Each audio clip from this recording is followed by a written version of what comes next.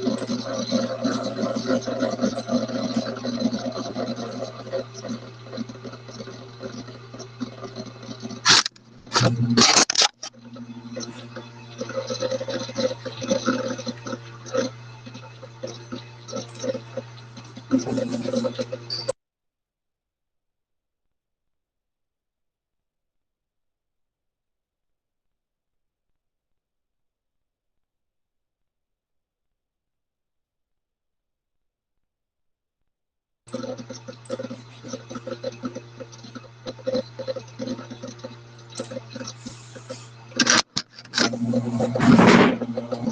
good afternoon everyone. Actually, system hang हो गया था, शायद कुछ सिस्टम में टेक्निकल एरर था. Okay, so first of all, happy new year, and I pray to God that ki this year you live a very peaceful life this year also and coming all the years. Okay, चलिए तो start करते हैं आज के session से. Tomorrow I am planning to finish off with our fluid machines. Okay, so today is lecture number 22 and 2nd of January 2021. Okay, so now what we are going to do is we are going to actually compare different types of machines, different type of fluid machines. Okay, but before that I like to cover up one small chapter in fluid mechanics. Usually questions बहुत ही simple पूछ सकते हैं यहाँ से, ठीक है. And the name of the chapter is dimension analysis. कोई बता सकता है डायमेंशन एनालिसिस क्यों करते हैं हम?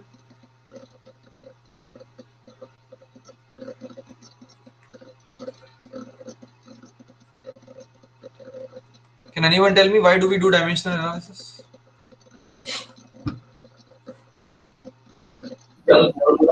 फॉर्मूला डिराइव करने के लिए. फॉर्मूला डिराइव करने के लिए क्या जरूरत है? फॉर्मूला डिराइव करने की मतलब what is I mean reason for that? Formula derive करना है आपको, ठीक है. फॉर्मूला तो आप you can derive with the other sources also. देखिए क्या करते हैं, समझिएगा. डायमेंशन एनालिसिस से आप फॉर्मूला डिराइव करते हो, that's what you are saying, right? मैं आपको एक्सप्लेन करता हूं exactly what is the exact reason over here. ठीक है, let's say we have a sphere, a smooth sphere. हमें प्रॉब्लम को सिंपल बनाना है तो एक स्मूथ स्फीयर ले लेते हैं. And let's say I am blowing air from here.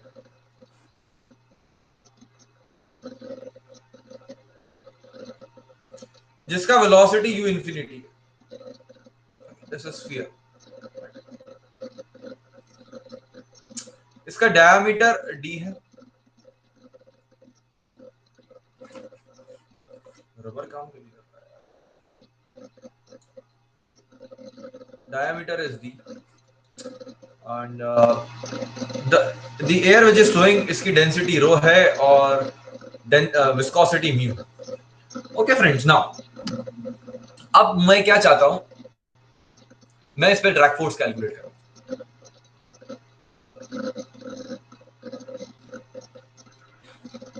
I want to calculate the drag force. So what I'll do, option number 1, experimentally करना है मुझे एक्सपेरिमेंटली ड्रैग फोर्स कैलकुलेट करना है. So what I do is, मैं 10 different diameters पर पहला experiment करूंगा. तो 10 डेटा पॉइंट्स आ जाएंगे मेरे पास, करेक्ट. फिर मैं हर एक स्फीयर पर, I have 10 spheres now of 10 different radii.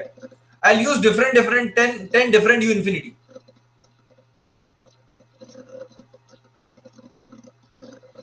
I'll get another 100 data points. Now the things are becoming very complicated. Handling 10 handling 10 different diameters is actually difficult, right? 10 diameters को handle करना difficult है. Practically सोचो 10 अलग अलग ball कहां से लेकर आओगे? चलो बॉल तो ले आओगे, ठीक है. 10 बॉल अलग अलग डायमीटर की लाना कोई बहुत बड़ी बात नहीं है. फिर उनपे हर एक पर 10 डिफरेंट वेलोसिटीज पर एक्सपेरिमेंट करना, इतने सारे डेटा पॉइंट्स को इकट्ठा करना, again it's a topic of discussion. फिर 10 डिफरेंट फ्लूइड्स ये लाना तो और कठिन काम है.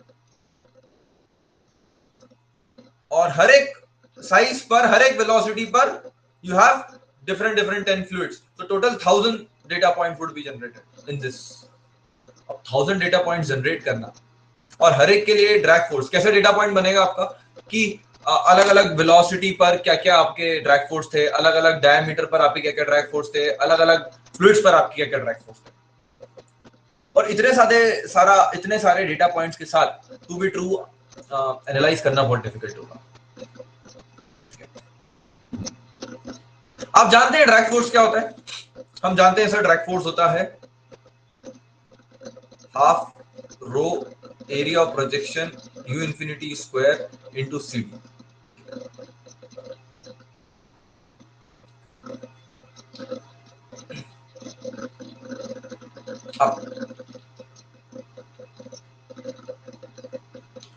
एक बात है कि अगर मैं सीडी निकाल लेता हूं, for example if I calculate CD also for this system, then also it would be a very great convenience for me.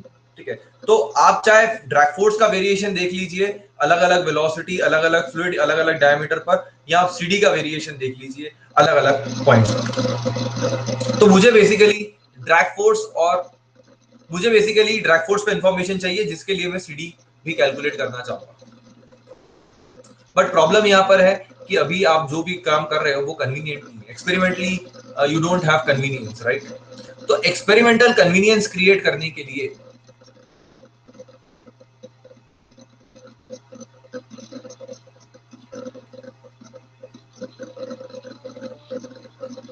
This is the right word. What I will be doing is, मैं क्या करूंगा, मैं यहां पर जो 1000 data points हैं उनको मैं 10 डेटा पॉइंट में कन्वर्ट करूंगा। कैसे? देखिए, समझिए। मान लीजिए मैं आपसे कहता हूं कि जो सीडी है या फिर ड्रैग फोर्स है, अभी हम अगर मैं सीडी बोल रहा हूं या मैं एफडी बोल रहा हूं तो आप मान के चलिए डायरेक्टली और indirectly they are one and the same. क्यों? क्योंकि सीडी जो होगा आपका वो होगा FD upon half rho A U reference, right? चलिए, तो अगर मैं आपसे कहूं कि मेरे पास सीडी की वैल्यू है, या सीडी में आपसे कहूं is a function of rho U infinity D upon, let's say मैं ये क्लेम करता हूं। इसका मतलब समझते हो क्या होता है? इसका मतलब समझा। इसका मतलब ये होता है कि अगर मैं, let's call this number as Reynolds number, we know that this is a Reynolds number, okay, for diameter। मान लीजिए Reynolds number 10 है या 100 है फॉर एग्जाम्पल, तो CD की वैल्यू CD1 है। अब मैंने क्या करा, डायमीटर को डबल कर दिया और विस्कोसिटी को हाफ कर दिया, सॉरी विस्कोसिटी को भी डबल कर दिया, तो रेनॉल्ड्स नंबर में तो कोई चेंज आएगा नहीं, करेक्ट? तो सीडी में भी कोई चेंज नहीं है। This is a very important point. Are you getting this? मतलब मैंने डायमीटर चेंज करा, मैंने विस्कोसिटी चेंज करी, बट सीडी में कोई अंतर नहीं आया। मतलब मैं ये कह रहा हूं कि मैंने डायमीटर को डबल कर दिया और वेलोसिटी को हाफ कर दिया, तो रेनॉल्ड्स नंबर उतना का उतना ही रहा, बट रेनॉल्ड्स नंबर उतना का उतना ही रहा और सीडी की वैल्यू चेंज नहीं हुई। मतलब सीडी इंडिविजुअल बिहेवियर पर डिपेंड नहीं कर रहा है, एक क्लब्ड बिहेवियर पर डिपेंड कर रहा है, ग्रुप बिहेवियर पर डिपेंड कर रहा है। आप इंडिविजुअली कुछ भी चेंज करो, सीडी को फर्क नहीं पड़ता है। ये ग्रुप ऑफ ये जो ग्रुप दिख रहा है ना, रो वी डी अपॉन म्यू, अगर आप इसको चेंज, इसमें चेंज आएगा तो सीडी चेंज होगा, अदरवाइज सीडी चेंज नहीं होगा। इंडिविजुअली आपको जो चेंज करना है आप करते रहिए, that CD doesn't care about it. मतलब सर आप ये कह रहे हो कि अगर मैंने डेंसिटी, या मान लीजिए मैंने वेलोसिटी को डबल करा, हाँ, तो रेनॉल्ड्स नंबर अब डबल हो जाएगा 200, तो सीडी की वैल्यू भी चेंज हो जाएगी, करेक्ट हो जाएगा, बिल्कुल। सर अगर मैंने डायमीटर को डबल करा, यू इन्फिनिटी को उतना ही रहने दिया, तो भी सीडी की वैल्यू चेंज हो जाएगी, बट वो चेंज उतना ही होगा। I hope I made my point very clear. तो यहां पर एक सीधी सी बात है कि इंडिविजुअल पैरामीटर्स पे डिपेंड ना करते हुए ये एक ग्रुप पे डिपेंड कर रहा है। अब ये ग्रुप पे डिपेंड करने से फायदा क्या हुआ? आपको कुछ नहीं करना है, अब आपको सिर्फ 10 रीडिंग्स लेने की जरूरत है, जो आपको मिल जाएगी ड्रैग फोर्स वर्सेस रेनॉल्ड्स। 1 2 3 4 5 6 7 8 9 10, ऐसे मान लीजिए कुछ तो भी रीडिंग आई। एग्जाम्पल है, जस्ट एग्जाम्पल, बस हो गया आपका एक्सपेरिमेंट। अब आपको पता है कि क्या क्या रेनॉल्ड्स नंबर पे क्या क्या रीडिंग आ रही। This is what you wanted. आप क्या चाहते थे कैलकुलेटर, आप यही तो चाहते थे कि कौन सा पैरामीटर को चेंज करके कैसे क्या फर्क पड़ रहा है। That is what you wanted to know. Later on you realise that कि इंडिविजुअल से फर्क नहीं पड़ रहा है, तो ग्रुप बिहेवियर से डिपेंड करता है। इसलिए ये ग्रुप बनाना बहुत जरूरी है, और ये ग्रुपिंग करते हैं हम लोग डायमेंशनल एनालिसिस से। This grouping is done by dimensional analysis.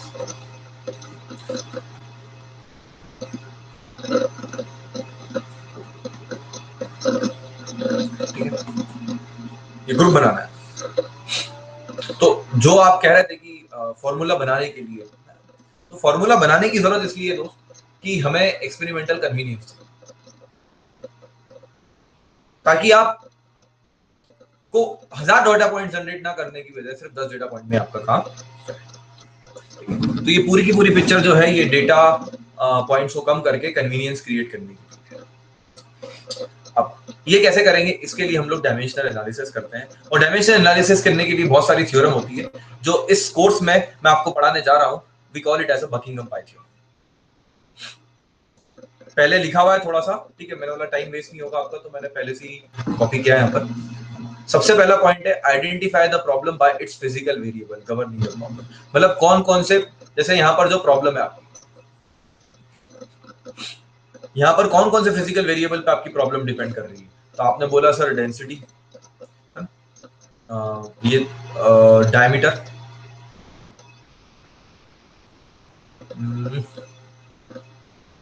Area में डायमीटर भी छुपा हुआ है कहीं ना कहीं, ठीक है। तो मैं यहाँ लिख देता हूँ किस किस पे डिपेंड कर रही है। डेंसिटी के ऊपर कर रही है, डायमीटर के ऊपर कर रही है, वेलोसिटी के ऊपर कर रही है, सरफेस रफनेस है नहीं तो उसके ऊपर भी करती है, रो वी डी, विस्कोसिटी के ऊपर कर रही है। और बताओ यार कोई और पैरामीटर जो छूट रहा हो। Dia, density, you infinity,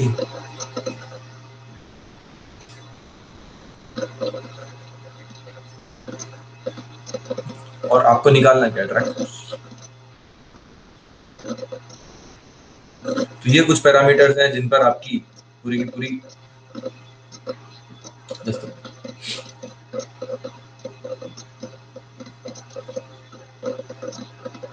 problem very कर रही है। अब आप क्या करोगे, सबसे पहले what you have to do is you have to divide this into two different categories, dependent variables and independent variables.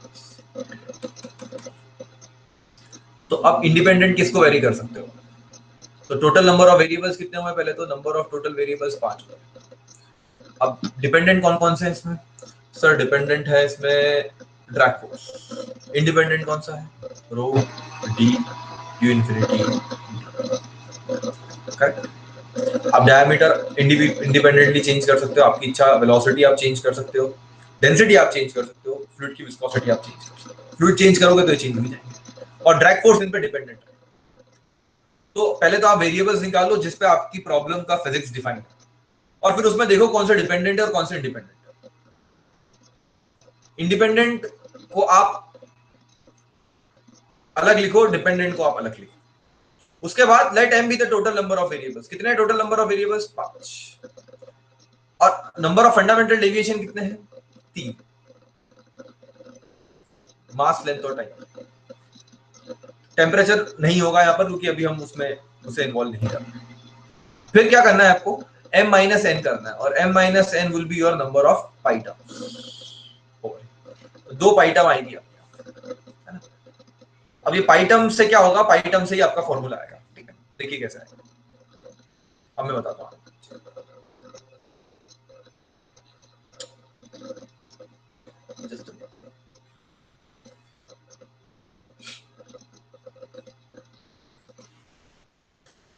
ये पॉइंट नहीं लिखा है क्या, हाँ। अब आपको क्या करना है, ए बी सी हो गया ना आपका, अब डी पर आ जाओ, ठीक है। हाँ, आपको number of repeating variables select करना है। कितने नंबर ऑफ रिपीटिंग वेरिएबल्स होंगे, 3। जितना आपका n है उतने रिपीटिंग वेरिएबल्स। और रिपीटिंग वेरिएबल सिलेक्ट करने का तरीका क्या है, none of those should be dependent, none of those should be dimensionless, none of those should be of the same dimension, they should contain all the dimension. कैसे करना है देखिए। तो हम लिखते हैं यहाँ पर पाई टर्म। ये पाई टर्म लिखने का तरीका, कितनी पाई टर्म होगी यहाँ पर? 2 पाई टर्म होगी। तो पाई टर्म लिखेंगे हम, पाई इक्वल टू, यार रबर क्यों नहीं चल रहा है, यहाँ तो चल रहा है।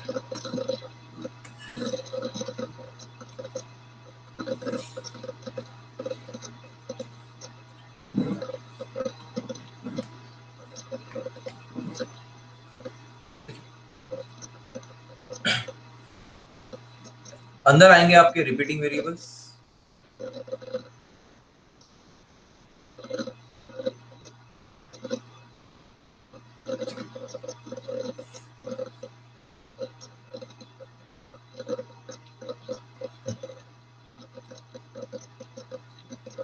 And you will have another variable. ऐसे लिखोगे आप पाई टर्म। इसको और थोड़े तरीके से समझाता हूँ मैं। जैसे रिपीटिंग वेरिएबल्स क्या होंगे आपके, लेट्स से हमने रिपीटिंग वेरिएबल ले लिए यहाँ पर। पहली बात तो ये कौन से होना चाहिए, नन ऑफ दो शुड बी डिपेंडेंट। आपके पास टोटल वेरिएबल्स कितने हैं, रो, यू इन्फिनिटी, वेलोसिटी तो हो गई, diameter, rho V D mu, और एक बचा आपका ड्रैग फोर्स। तो रिपीटिंग में आपका डिपेंडेंट नहीं आएगा, मतलब एफडी नहीं आएगा। रो आ सकता है, यू इन्फिनिटी आ सकता है, डी आ सकता है, म्यू आ सकता है। मैं यहाँ पे लिखा हुआ हूँ पहले ही कि आप रो को प्रेफर करिएगा म्यू के ऊपर। तो हम रो, यू इन्फिनिटी और डी को रिपीटिंग वेरिएबल, तो रो की पावर ए, यू इन्फिनिटी की पावर बी, डी की पावर सी, और ये आ गया आपका यहाँ पर, ये पाई वन टर्म हो गई आपकी, और एक वेरिएबल कोई सा भी ले लीजिए, म्यू ले लीजिए, ठीक है। पाई टू, रो की पावर है, इसको वापस आपको रिपीट करना है, इसलिए इसका नाम रिपीटिंग वेरिएबल है, डी की पावर सी, और यहाँ आ जाएगा। अब इसको आप a1 b1 c1 लिख दीजिए, ये a2 b2 c2 हो जाएगा काइंड ऑफ, और यहाँ पर बचा हुआ ट्राई फोर्स। याद रखें कि जो पाई टर्म होती है वो डायमेंशनलेस होती है, पाई टर्म्स आर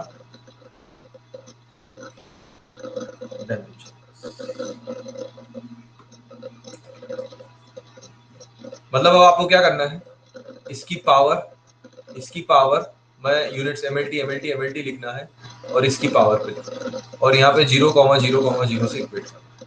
तो आपको a1 b1 c1 की वैल्यू आ जाएगी, और इधर से a2 b2 c2 की वैल्यू आ जाएगी, आपके पास पाई 1 पाई 2 टर्म आ जाएगी। ठीक है, चलिए करके देखते हैं।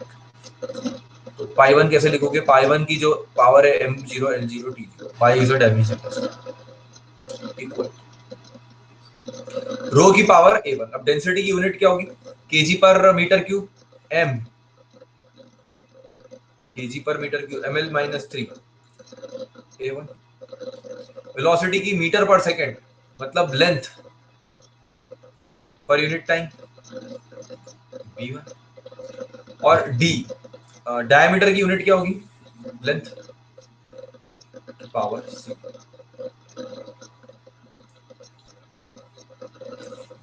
अब विस्कोसिटी की यूनिट क्या होती है भाई, विस्कोसिटी की यूनिट बताओ जरा कोई, केजी मीटर पर सेकंड स्क्वायर, करेक्ट। तो केजी इज मास,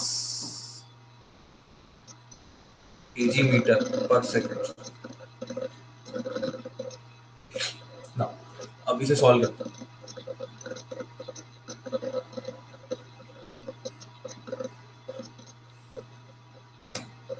सॉल्व करने पर कितना आएगा आपका,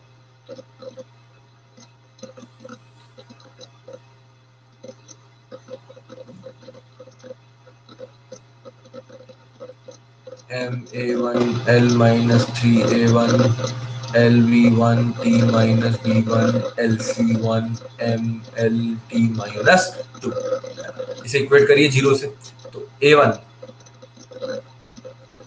प्लस 1 इक्वल टू 0। तो यहाँ से आपका a1 आ गया माइनस, समझ गया ना कैसे निकालना है। सिमिलरली मैं टाइम वेस्ट नहीं करता, आपका b आ जाएगा -2 और c आ जाएगा -2, इस तरह से कैलकुलेट करना।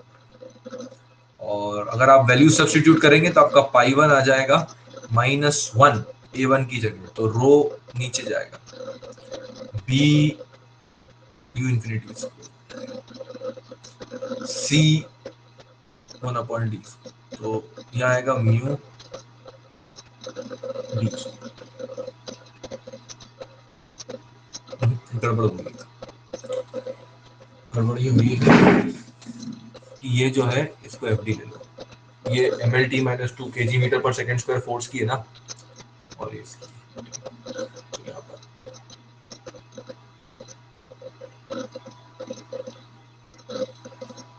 एफ डी की पावर कितनी आई आपकी, एफ डी की पावर तो 1 थी ही ऑलरेडी यहाँ पर, और rho U infinity D 1, rho U infinity square D square.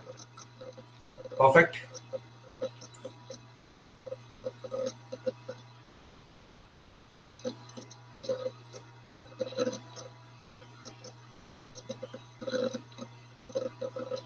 Now similarly जब आप सेकंड कैलकुलेट करोगे पाई टर्म, तो पाई 2 आ जाएगा आपका calculations mu upon rho you, तो पाई 1 पाई 2 आ गया। अब बकिंगम पाई थ्योरम क्या कहती है, बकिंगम पाई थ्योरम कहती है कि आप function of pi 1 comma pi 2 जितनी भी आपकी पाई टर्म्स है, टोटल पाई टर्म्स कितनी होगी m माइनस है, उसको जीरो बना। This is a Buckingham pi theorem, statement of Buckingham. मतलब हमारे केस में देखें तो pi 1 function of pi 1 comma pi 2 equal to, this is our case, क्योंकि हमारे इसमें तो दो ही होगी, 3 m कितना है 5 और n कितना है 3, तो 5 माइनस 3 2। ठीक सर। या फिर आप ऐसे भी लिख सकते हो ऑल्टरनेट में कि पाई 1 इक्वल टू, मतलब pi 1 is equal to some function of pi 2, ऐसे भी लिख सकते हो, कोई दिक्कत नहीं। हाँ ये फंक्शन अलग होगा, जैसे यहाँ f फंक्शन है तो यहाँ फंक्शन चेंज हो जाएगा, यहाँ फंक्शन की वैल्यू चेंज हो जाएगी।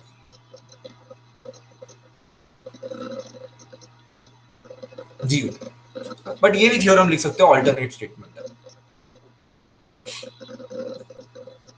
ठीक है, कुछ बातें और कही थी बकिंगम पाई थ्योरम में कि रेशियो ऑफ दो पाई टर्म भी पाई टर्म होगी, इनवर्स ऑफ पाई टर्म भी, product of pi term, root of pi term, मतलब whatever algebraic manipulation you can do, everything would be a pi term because they all are dimensionless like that.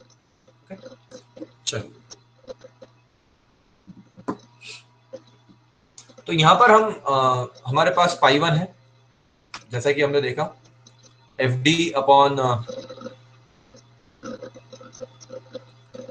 Row U square D square, और pi 2 है हमारे पास mu upon rho U infinity D. मैं pi 3 define करता हूं, just inverse of it rho U infinity D upon, तो मैं लिख सकता हूं। अब ऐसा नहीं होगा कि देखो यार ये गलती नहीं होना चाहिए कि सर ये तो 3 पाई टर्म हो गई, पाई टर्म अभी भी 2 ही, फंडामेंटली पाई टर्म 2 ही रहेगी, ऐसे तो आप इनफिनिट पाई टर्म बना सकते हो। मैं पाई 1 स्क्वायर बना सकता हूं, पाई 2 स्क्वायर बना सकता हूं, 1 अपॉन पाई 1 स्क्वायर, कुछ भी लिख सकते हैं जो आपकी जरूरत हो। तो ये हमारा थोड़ा सा यूजर फ्रेंडली फॉर्म है, रेनॉल्ड्स नंबर है, तुमने इसको पाई 3 में ले लिया, तो मैं लिख सकता हूं pi 1 is a function of pi 3, some function of pi 3। तो ये आपकी बकिंगम पाई थ्योरम है।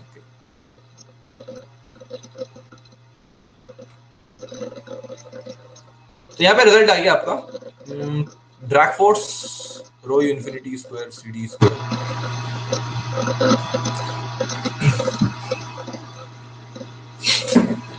is some function of, we don't know what is that function of Reynolds। अब आप एक बात बताओ, यहाँ पर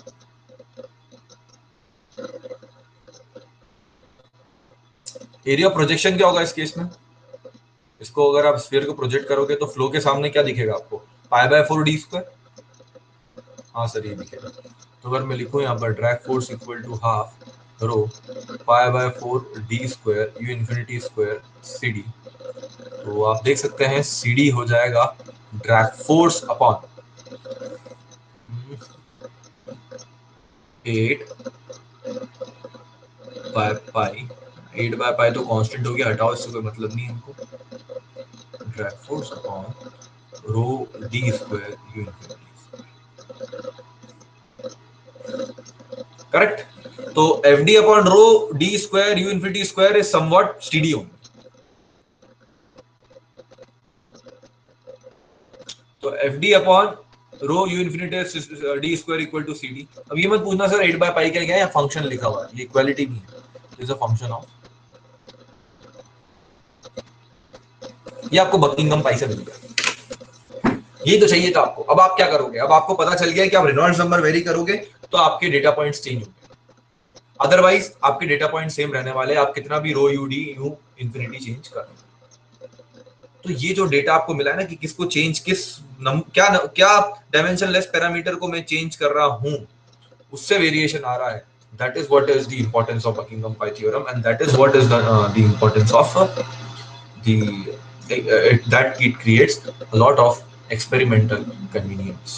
तो एक्सपेरिमेंटलिस्ट की जिंदगी को बड़ा आसान बनाता है।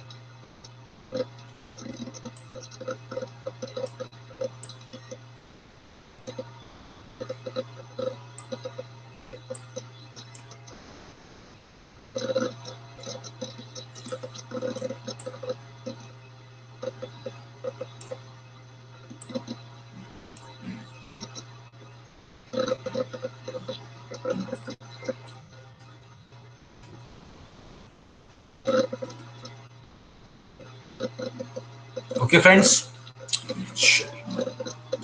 तो बकिंगम पाई थ्योरम का आपको मेरे हिसाब से एक क्वेश्चन क्लियर हुआ। अब गेट में देखो ऐसे चिल्लर क्वेश्चन आ सकते हैं। मैं क्वेश्चन पूछता हूँ आपसे, एक पाइप है, इसकी लेंथ एल है, आपको डेल्टा पी अपॉन एल निकालना है। दिया हुआ है आपको म्यू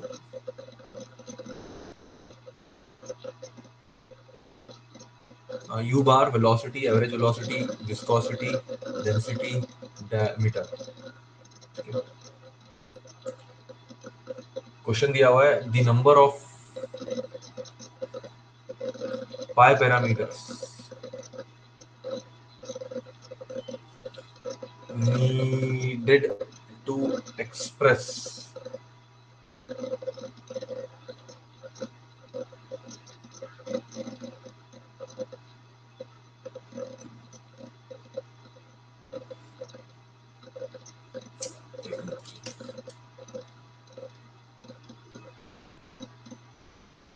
ये रब क्यों है?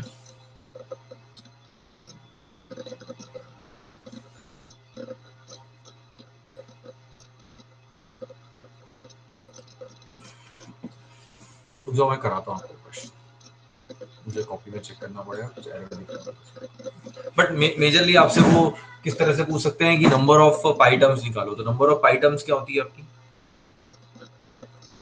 नंबर ऑफ पाई टर्म्स होती है आपकी m माइनस, तो आप m होगा आपके टोटल वेरिएबल्स और n आपका mlt, यूजुअली तो mlt ही होगा। तो what ever is your number of variables, यहाँ पर कितने हैं? एक, दो, तीन, चार, पांच। पांच माइनस तीन, दो। तो number of pi terms needed to express, यहाँ का जो रिलेशन लिखा हुआ है वो मुझे दिख नहीं रहा है प्रॉपर्ली, तो उसका आंसर आएगा 2। मैं आपको देख के बताऊंगा प्रीवियस क्वेश्चन।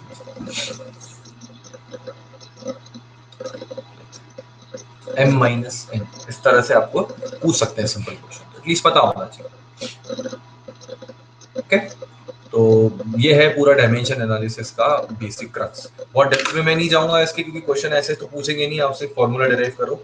हाँ, बस यही पूछ सकते हैं m माइनस n का क्या रिलेशन है और काइंड ऑफ। ये मैं आपको अभी इसलिए पढ़ा रहा हूँ क्योंकि मुझे हाइड्रोलिक मशीन में काम आया।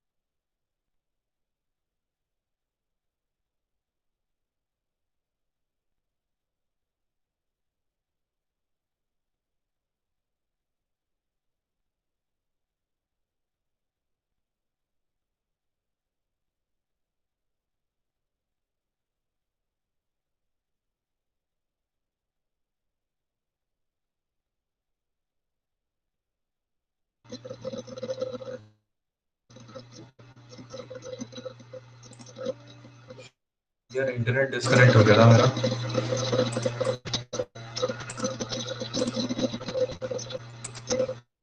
मोबाइल हॉटस्पॉट चालू है।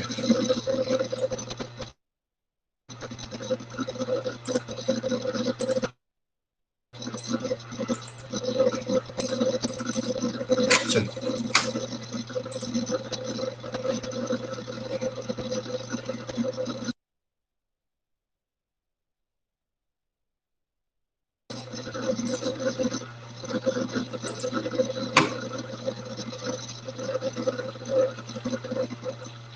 Okay, let's start now. अब मेरा आपसे नेक्स्ट सवाल ये है कि चलिए, अब आपने एक्सपेरिमेंट के लिए जुगाड़ तो कर ली कि आपने डेटा पॉइंट रिड्यूस कर दिया। Now the next challenge is कि आप, let's say for example, let's take an example of aircraft. Let's take an example of aircraft. में क्या होता है, आपने एक नया एयरक्राफ्ट डिजाइन किया, अब आप उस पर एक्सपेरिमेंट करने वाले हो। आपको पता है आपको सिर्फ 10 ही डेटा पॉइंट लेने, बस 10 डेटा पॉइंट लेने के लिए भी तो डियर आपको एक्सपेरिमेंट करना के लिए कुछ ना कुछ तो चाहिए हाथ में। अब आप स्ट्रेट अवे लेट्स से जो आपने साइज डिसाइड करी है, अगर आप उसी साइज का एयरक्राफ्ट बना दोगे और आपको उसमें सब्सटेंशियल अमाउंट ऑफ चेंजेस करने पड़ गए, तो that will add a lot of cost. तो this is not a feasible option कि जितना बड़ा एयरक्राफ्ट मुझे बनाना है मैं उतनी ही बड़ी उतना ही बड़ा एयरक्राफ्ट रियलिटी में बनाऊं और उस पर टेस्टिंग करूं। टेस्टिंग के लिए मुझे स्केल्ड वर्जन चाहिए। So I need scaled version for testing.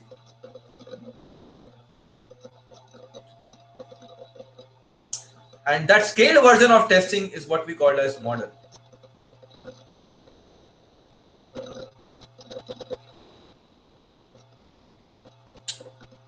और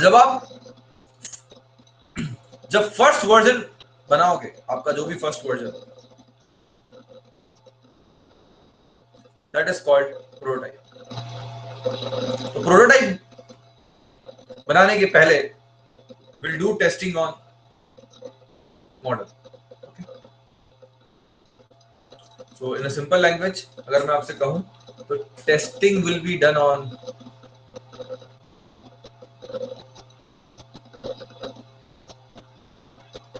मॉडल। आप मॉडल पे टेस्टिंग करोगे। एंड सबसे बड़ा क्वेश्चन ये है कि मॉडल मतलब जो कि स्केल्ड वर्जन है। अब ये स्केल्ड वर्जन कैसा हो सकता है, स्केल्ड अप भी हो सकता है और स्केल्ड डाउन भी हो सकता है। मतलब ये बड़ा भी हो सकता है, छोटा भी हो सकता है। बड़ा इन द सेंस कि मान लीजिए आपको मॉस्किटो बाइट का सिमुलेशन करना है या उसके ऊपर स्टडी करनी है, तो आप इतना माइक्रो नैनो लेवल पर स्टिंग बनाकर अगर एक्सपेरिमेंट करोगे तो may be it is not physically possible right now nano manufacturing करना। जब आप उसमें जो भी चेंजेस करना है, once it's design has been proved, then you can do the changes. तो स्केल डाउन वर्जन भी हो सकते हैं, scale up version aircraft, there are lots of river and hundreds of options are there. तो testing will be done only on the model. And question ये है कि क्या मैं ऐसा जो मैं सोच रहा हूं कि भाई मैंने स्केल डाउन कर दिया, स्केल अप कर दिया, क्या ये रिजल्ट्स में आगे किसी जो मेरा एक्चुअल प्रोटोटाइप है उस पर अप्लाई कर सकता हूं? सो testing will be done on model and result will be extrapolated for a prototype. But question अभी भी यही है, क्या मैं यहाँ के रिजल्ट्स वहां एक्सट्रापोलेट कर सकता हूँ? छोटे पे किए हुए एक्सपेरिमेंट्स क्या बड़े पर एप्लीकेबल होंगे? The answer is yes, if we take care of certain similarities का आपको ध्यान रखना।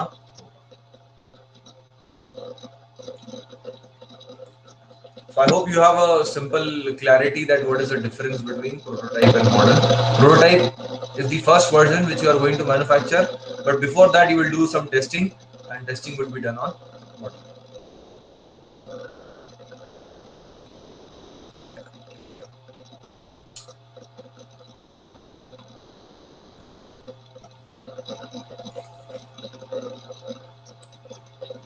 Okay, friends. So what are those similarities? So those similarities comes under the topic of principle of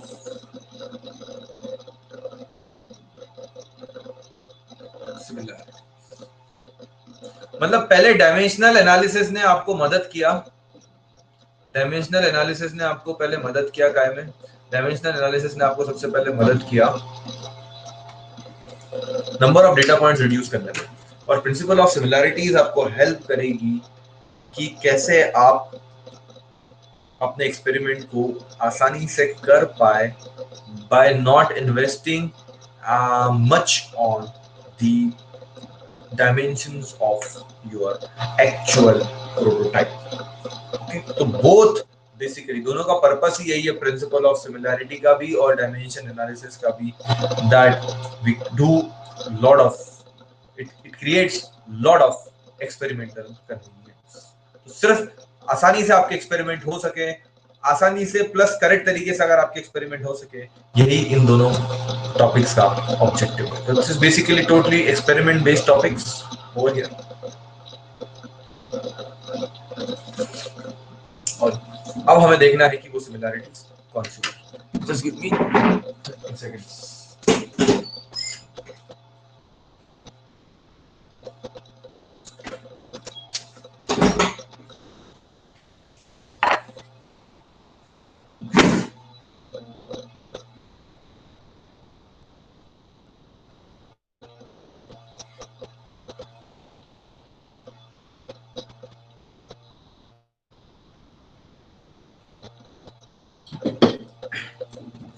चलिए, तो पहली सिमिलैरिटी है आपकी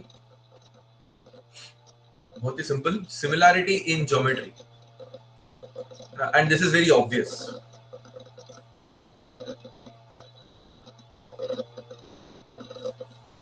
आई मीन टू से दैट, जैसे कि ये आपका प्रोटोटाइप, आपका जो मॉडल होगा, let's say this is your model, scale down version की बात जिस पे आप टेस्टिंग करने वाले हैं। Length of model, dia of model, dia of prototype, length of prototype. So remember this relation कि अगर प्रिंसिपल ऑफ सिमिलैरिटी एप्लीकेबल करना है आपको, तो dia of model upon dia of prototype must be equal to length of model upon length of prototype. ये ratio same होना चाहिए, and this is known as scale factor, या फिर कभी कभार इसे मॉडल रेशियो भी कहते हैं।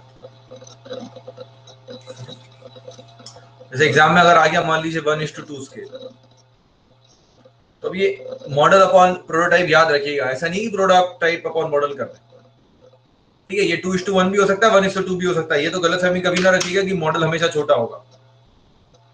और दूसरी बात ये कि 1:2 स्केल लिखा है तो अब याद आना चाहिए एग्जाम में कि मॉडल ऊपर था, प्रोटोटाइप नीचे था। तो इसके लिए एक सिंपल है, ये एमपी करके आप याद रखिए, एमपी मध्य प्रदेश से याद कर लीजिएगा, भूलिएगा मत, बच्चे गलती करते हैं इसलिए बता रहा हूँ, ठीक है।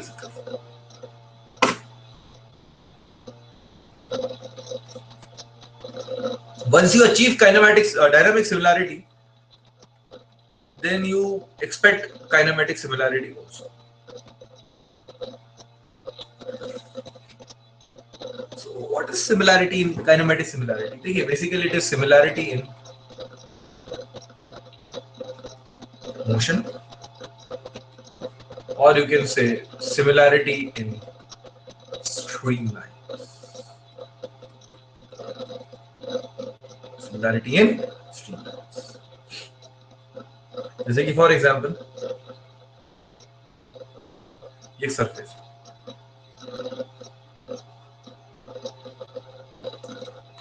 अब ये जो सरफेस है आपका, यहां पर ध्यान से देखें इसे अगर आप, तो यहां पर कोई भी फ्लो नहीं जाएगा अंदर, पेनिट्रेट नहीं हो पाएगा। हाँ सर, नहीं हो पाएगा। और जब फ्लो किसी सरफेस के अंदर पेनिट्रेट ना हो सके, या अगर 2D में कहूं तो इस लाइन के अंदर इसके परपेंडिकुलर कोई फ्लो नहीं होगा, तो ऐसे लाइंस को हम स्ट्रीम लाइंस कहते हैं।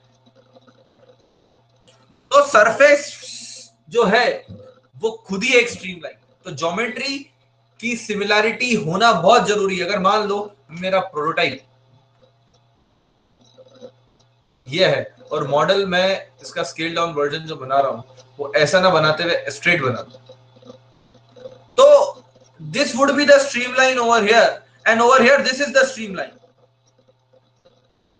So since I have not taken care of geometric similarity, I cannot expect a kinematic similarity over here. So for geometric similarity, it is very important to have kinematic. For kinematic similarity, it is very important to have geometric similarity. I hope that is very clear to you कि what is the reason. क्योंकि surface खुद ही एक आपकी streamline. तो let's say ये इसका scale down version मैंने यहाँ पर अगर बनाया है, तो अब देखिए I can expect similar streamlines both the locations. So I'll write over here to achieve kinematic similarity.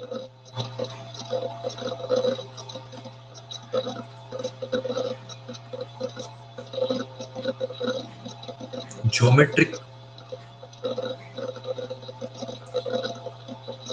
similarity is must. Point to be noted. Third,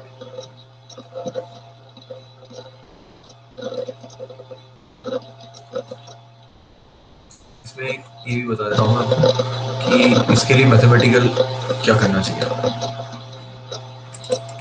page कर लिया।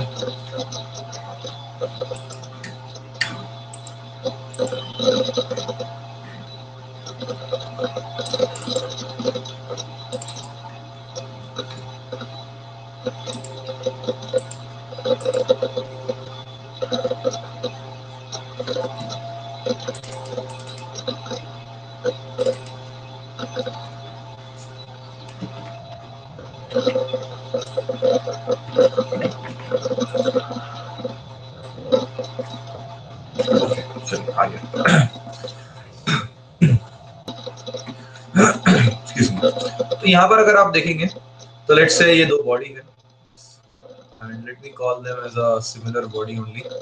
तो मुझे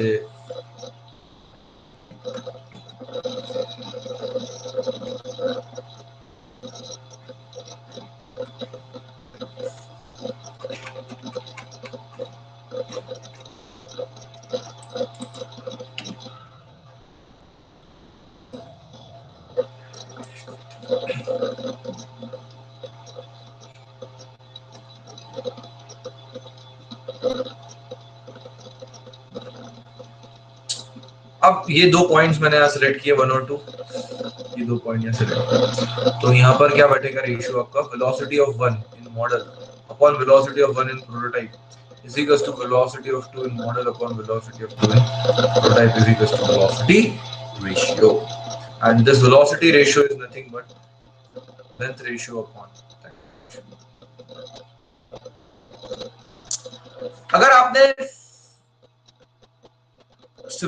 geometrical similarity और kinematic similarity satisfy कर लिए, then you can expect another important similarity, that is dynamic similarity.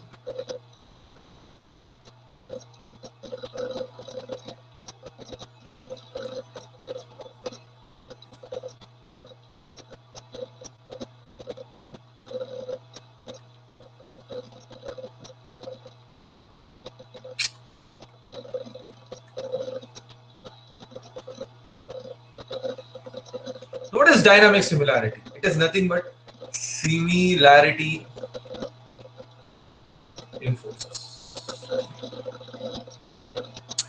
अब similarity इन forces से मतलब क्या हुआ आपका? लेट्स से पहले बात करते हैं कौन कौन से फोर्सेस हो सकते हैं। आपने सबसे इंपॉर्टेंट फोर्स देखा प्रेशर फोर्स, जो ड्राइविंग फोर्स था। फिर आपने देखा एक विस्कस फोर्स जो अपोजिंग नेचर का था।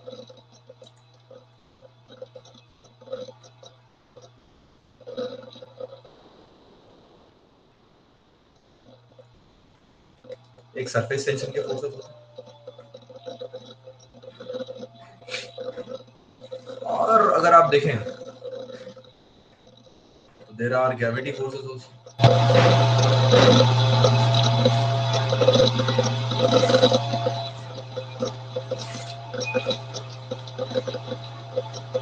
यार एक चीज मैं बताना भूल गया, सिविल का कोई बच्चा बैठा है यहाँ पर? मुझे एक दिन याद आया था, सिविल का कोई स्टूडेंट बैठा है यहाँ पर?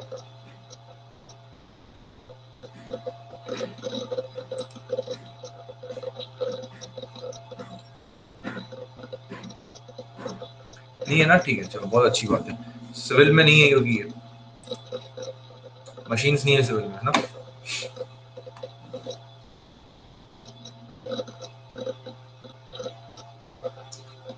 और आप जानते हैं कि रिजल्टेंट जो होगा इन सब फोर्सेस का, summation F is equals to mass into acceleration, correct? और इसे कितनी बार डी-एलेम्बर्ट्स प्रिंसिपल में इनर्शिया फोर्स कह दिया जाता है। तो हम क्या करते हैं, ये इंडिविजुअल फोर्सेस को हमेशा इनर्शिया फोर्स से कंपेयर करते हैं। That's what we do and that's how we do. चलिए करते हैं एक एक फोर्सेस को इनर्शिया फोर्सेस से कंपेयर और देखते हैं क्या होता है। तो सबसे पहले मैं लिखता हूं यहाँ पर Fi, इनर्शिया फोर्स को मैं लिख सकता हूँ मास इनटू एक्सीलरेशन। मास को लिख सकते हैं डेंसिटी इनटू वॉल्यूम, और acceleration is velocity upon time. तो this will give you rho L cube, velocity is v upon t, L by t is v, so rho L square v square, just reducing in forms of dimensions. Gravity in g, rho into v into g, v को लिख सकता हूं मैं L cube into g। तो कैसे तोड़ते हैं इसको याद रखने का तरीका कि इनर्शिया में मास डेंसिटी, इनर्शिया डेंसिटी से आता है ना, डेंसिटी समवेयर रिप्रेजेंट इनर्शिया, तो उसको तोड़ना नहीं है। या ग्रेविटी फोर्स है तो ग्रेविटी को नहीं तोड़ना है। अब जैसे सरफेस टेंशन आएगा कभी कभी, क्या चलो आई गया, तो सिग्मा इंटू एल, तो यहाँ पे सरफेस टेंशन को मत तोड़ना, let it be.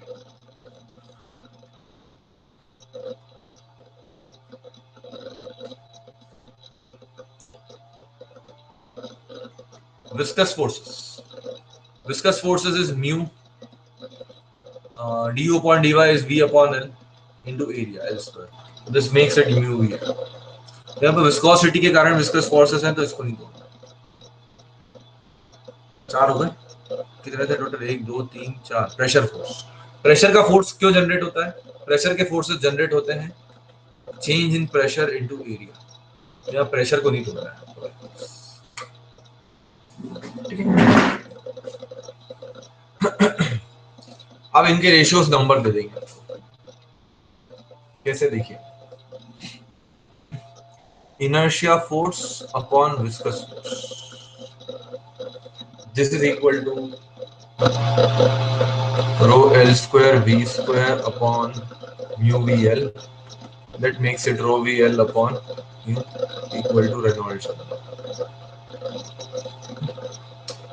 Similarly, pressure force upon inertia force, यहाँ पर pressure force upon inertia force लिखते हैं, delta p L square upon rho v square L square equal to delta p upon rho v square. That is what we call as Euler's number. So basically what we are doing is we are comparing all the forces with inertia force, क्योंकि कोई भी physics का problem हो inertia force तो होगा ही उसमें। इसके अलावा विस्कस हो सकता है, इनर्शिया विस्कस होंगे। देखो इनर्शिया तो रह गई, विस्कस होगा या और प्रेशर होगा। जैसे पाइप फ्लो आपने पढ़ा था, right? Pipe flow pipe flow में कौन कौन से दो इंपॉर्टेंट फोर्सेस थे? विस्कस फोर्सेस थे और प्रेशर फोर्सेस थे, राइट? और इनर्शिया तो भाई। तो यहां पर अगर आप पाइप फ्लो की प्रॉब्लम सॉल्व कर रहे हो तो याद रखना ऑयलर नंबर और रेनॉल्ड नंबर, मतलब Euler number of model must be equal to Euler number of prototype. Reynolds number of model must be equal to Reynolds number of prototype. This condition has to be satisfied. Why? So that your dynamic similarity principle is satisfied. Okay friends, so this is just an example over here कि pipe flow में ये जो forces important होते हैं वैसे आप equality देख सकते हो, ठीक है। Similarly there are other numbers also. Third is Froude number. इसमें ग्रेविटी और इनर्शिया को कंपेयर किया जाता है। ये सिविल के स्टूडेंट्स ओपन चैनल फ्लो में काम आते हैं। यहाँ पर मैं इसके बारे में ज्यादा बात नहीं करूंगा।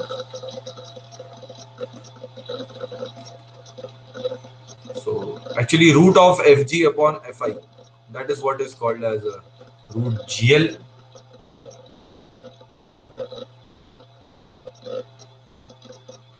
upon V, and we call it as a Froude's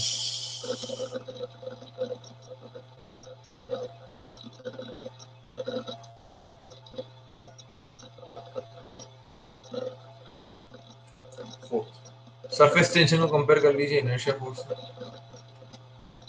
जब आप ऐसा करेंगे तो sigma L upon rho V square L square equal to sigma upon rho V square L. This is called as Weber number.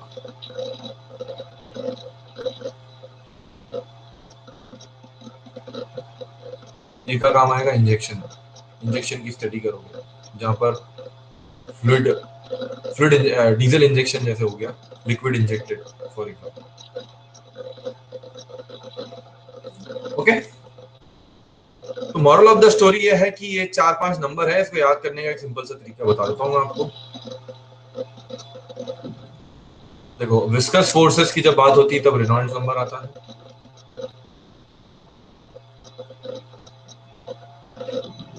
ना, ये तो याद रखने की जरूरत ही नहीं, ये तो याद रहेगा आपको हमेशा। प्रेशर के लिए अगर आएगा, प्रेशर इनर्शिया कंपेयर करोगे तो ऑयलर आएगा, पीई कॉम्बिनेशन बनेगा। इसको याद रखने के लिए PE pressure and Euler, pressure Euler को आप पोटेंशियल एनर्जी से याद रख सकते हो। एस बोले तो सरफेस टेंशन, और इधर नंबर आता है वेबर इसके साथ में, मतलब सरफेस टेंशन को इनर्शिया से कंपेयर करोगे तो वेबर नंबर बनेगा। इसको आप याद रख सकते हो सॉलिड वर्क से। और जी आएगा आपका ग्रेविटी के लिए, यहाँ पर आ जाएगा आपका। तो ये आप जीएफ से याद रख सकते हो। जीएफ का फुल फॉर्म आप सब समझते हो, ऑनलाइन रिकॉर्डिंग है तो बोलने की जरूरत नहीं है। और बाकी तो फिर रेनॉल्ड्स नंबर है, ये याद है। ऐसे याद रख लेना, कभी वेट में पूछ ले कि भाई प्रेशर फोर्स और इनर्शिया फोर्स का क्या होता है तो सोचते मत रह जाना। प्रेशर फोर्स, अच्छा प्रेशर के लिए सर ने पोटेंशियल एनर्जी बताई थी, ई फॉर ऑयलर, आंसर लगा दे। ओके, तो ये हुआ एक पार्ट खत्म आपका सिलेबस। इसे क्वेश्चन मैं कुछ दे दूंगा आपको प्रैक्टिस करने के लिए, आप प्रैक्टिस करिएगा। तेरी पेज बड़े जल्दी खत्म हुआ है आज, क्या होता है। अब हम बात करेंगे कि भाई ये सब कैसे, इसका प्रैक्टिकल यूज क्या है। तो मुझे जरा चैट बॉक्स में लिख के बताओ इन द मीन टाइम कि अब मैं अगर प्रिंसिपल ऑफ सिमिलैरिटी लगाऊं, और सॉरी डायमेंशन एनालिसिस और प्रिंसिपल ऑफ सिमिलैरिटी लगाऊं मेरे केस में, मतलब मेरी टरबाइन से केस में, तो क्या लगता है आपको कौन कौन से पैरामीटर्स फिजिकल वेरिएबल्स इंपॉर्टेंट होना चाहिए? लिखते जाओ एक एक करके। जैसे मैं बताता हूँ यार कि एक तो पावर एक इंपॉर्टेंट फिजिकल वेरिएबल है, डेंसिटी एक इंपॉर्टेंट फिजिकल वेरिएबल है, ऐसे डेंसिटी ऑफ द फ्लूइड, ऐसे कौन कौन से इंपॉर्टेंट फिजिकल पैरामीटर्स लगते हैं आपको जो प्रॉब्लम को डिफाइन करेंगे? Discharge, very good. N, power, मैं सब लिख रहा हूँ, लिखते जाओ आप, जो जो आप लिखोगे वो लिखूंगा मैं, बोलते जाओ। ऋतिक ने बोला डायमीटर, यहाँ लिखता हूं मैं hydraulic machines, testing and model and testing. ठीक है भैया, तो एक बच्चे ने कहा डिस्चार्ज पावर लिख लिया मैंने, ठीक है। और बताओ, हेड को मैं हमेशा जीएच के साथ, जी के साथ लिखूंगा, ठीक है, क्योंकि I want this term together. Rahul की बात भी हो गई, और विस्कोसिटी भी होना चाहिए, वो नहीं बोला आपने। फिर डायमीटर भी होना चाहिए, बिल्कुल सही जवाब राहुल यादव। स्पीड आरपीएम ले लेते हैं, और डेंसिटी।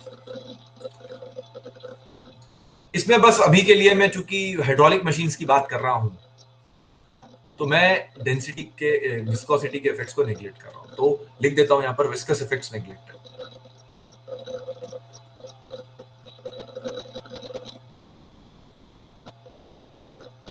कोई बता सकता है आप में से, किसी ने पढ़ा है ये सब पहले? हाइड्रोलिक टेस्टिंग, ये स्पेसिफिक स्पीड पढ़ी कभी किसी ने? बताओ तो जरा, have you read specific speed?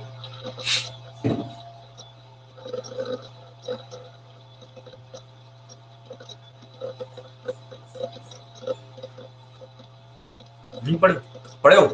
तो ये स्पेसिफिक स्पीड का फिजिकल कॉन्सेप्ट क्या होता है, जरा बता सकते हो Hemant, Hrithik, Rahul? What do you physically mean by specific speed? What is the physics behind it? Sir depending on different conditions available, जो भी हमारे पास है हेड वगैरह है, उसके हिसाब से हम मशीन चूज कर सकते हैं कौन सा टर्बाइन लगाना है। सिलेक्शन बोल रहे हो क्या सिंपल लैंग्वेज में? Yes sir. कि सिलेक्शन में हेल्प करेगा ये आपको? Yes yes sir. क्या मैं ये बोल सकता हूँ कि किसी भी मशीन के लिए एक सिग्नेचर है? करेक्ट। चलिए, तो देखते हैं ऐसा क्यों है। तो सबसे पहले तो यहां पर अगर हम देखें तो नंबर ऑफ इंडिपेंडेंट वेरिएबल्स कितने होंगे? Number of total physical variables कितने हुए? 1 2 3 4 5 6। कंप्रेसिबल इफेक्ट्स भी मैंने नेगलेक्ट किए हैं यहाँ पे, नहीं तो टोटल 8 होते हैं। और एमएलटी कितने हैं आपके? 3। तो पाई टर्म्स कितनी बनेगी आपकी? 3 पाई टर्म्स। Step number 1। अब बकिंगम पाई थ्योरम लगाकर हम तीनों पाई टर्म्स निकाल देते हैं। तो पाई 1 क्या होगा? रिपीटिंग वेरिएबल्स क्या होंगे आपके? ले लीजिए आप।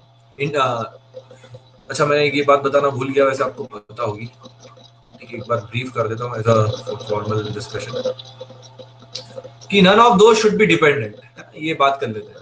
तो इनमें से कोई भी डिपेंडेंट नहीं होना चाहिए। तो rho U infinity D, no one is dependent over here, सारे इंडिपेंडेंट है। None of them should be dimensionless, सबकी तीनों की डायमेंशन है। None of them should be having same dimension, तीनों में से किसी की भी सेम डायमेंशन नहीं है, तीनों अलग अलग है। जैसे डायमीटर और हेड आपने सिलेक्ट नहीं कर सकते एक साथ। दे should contain all the dimension, मतलब सारे एमएलटी तीनों होना चाहिए। ऐसा ना हो कि आपने लेंथ और टाइम ले लिया और मास छोड़ दी। That is what they are exactly trying to say over here.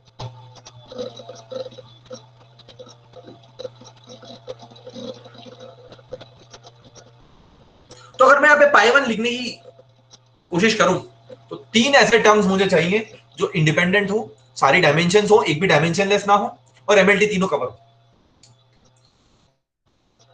तो एक काम करो, एक तो डी का डायमीटर ले लो लेंथ के लिए, मतलब एक आपका लेंथ वाला पैरामीटर ले लो, एक काइनेमेटिक ले लो, एक ऐसा भी कुछ टीचर्स ऐसे भी पढ़ाते हैं इसको, कि कुछ बुक्स में ऐसा भी लिखा होता है कि एक डायनामिक पैरामीटर ले लो, एक काइनेमेटिक पैरामीटर ले लो, और एक ज्योमेट्रिक पैरामीटर ले लो। तो डी ज्योमेट्रिक पैरामीटर हो गया, एन काइनेमेटिक पैरामीटर हो गया, और डेंसिटी जिसमें मास आ गई, ये डायनामिक पैरामीटर हो गया। ये भी एक तरीका होता है इस चीज को बोलने का, क्योंकि अगर आप ये 3 अलग अलग पैरामीटर्स लोगे तो बात वही हो गई आपकी कि आपके तीनों एमएलटी कवर हो जाएंगे। इसको A1, B1 और C1 करार कर देते हैं, और बाहर आ जाएगा आपका एक बार पावर जो बचे हुए हैं row and D, A2 B2 C2, यहाँ जाएगा GH। ठीक है दोस्तों, पाई 3 रो A3 N B3 D C3 बचा क्या? विस्कोसिटी नहीं, डिस्चार्ज विस्कोसिटी तो हटा ही दी हमने इस प्रॉब्लम से।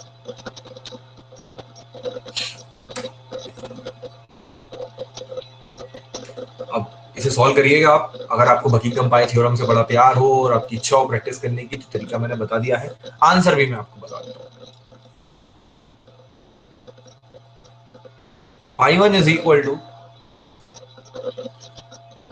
P upon rho N Q D की power 5, pi 2 equal to Q upon N D Q, और pi 3 equal to G H upon D square. अब आप चाहो तो ये भी आपकी प्रिंसिपल ऑफ सिमिलरिटी हो गई, तो अब आप चाहो तो अगर डायनामिक सिमिलरिटी के लिए आप पाई टर्म्स इक्वेट कर सकते हो। सो इक्वेट, you can equate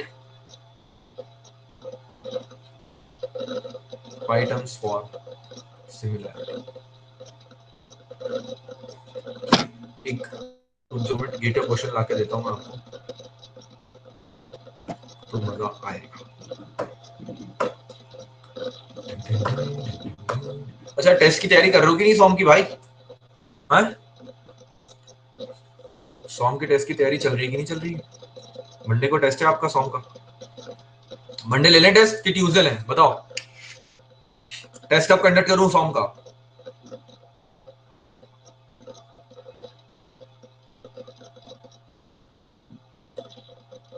मतलब तैयारी नहीं चल रही, बातों से ऐसा लग रहा है।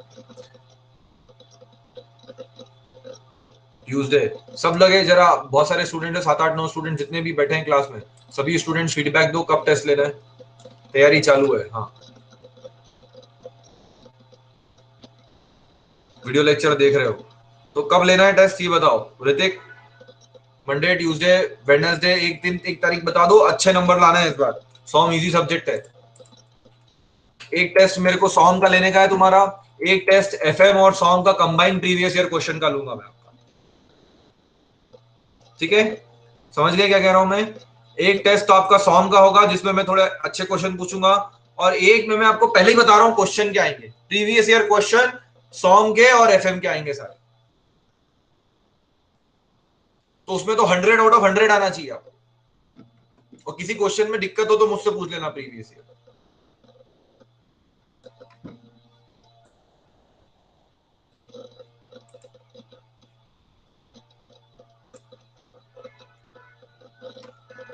और फिर नया सब्जेक्ट चालू कर देंगे।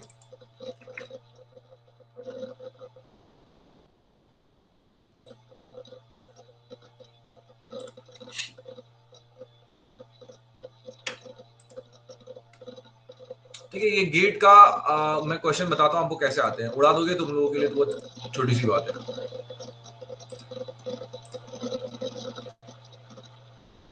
तो ये क्या शेयर हो गया है?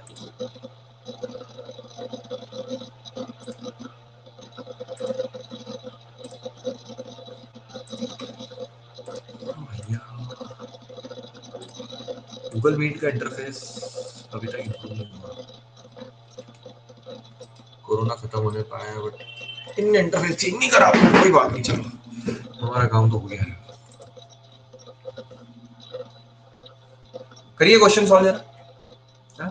आपकी क्या बोलना चाहिए, आसानी के लिए, मतलब for you to solve this question ये फॉर्मूले लिख लीजिए सबसे पहले।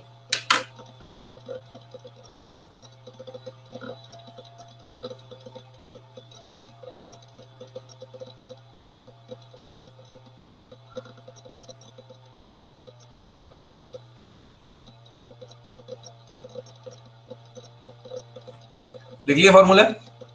पाई 1 पाई 2 पाई 3 लिख लिया आपने? चलो अब आ जाओ जरा इधर, करो आप इसको सॉल्व में पानी लेकर आओ।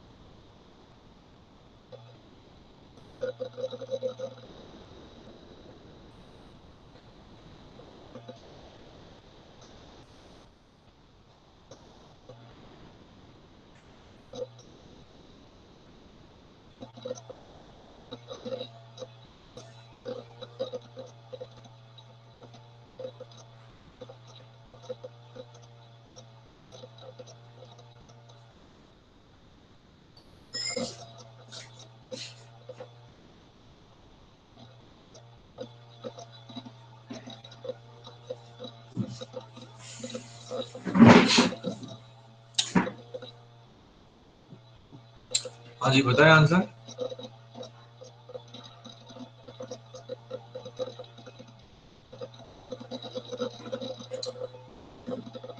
A test is conducted on a 1/5 scale of model. मैं सिर्फ डेटा लिख रहा हूं। तो DM upon DP, model upon prototype, Madhya Pradesh is 1/5।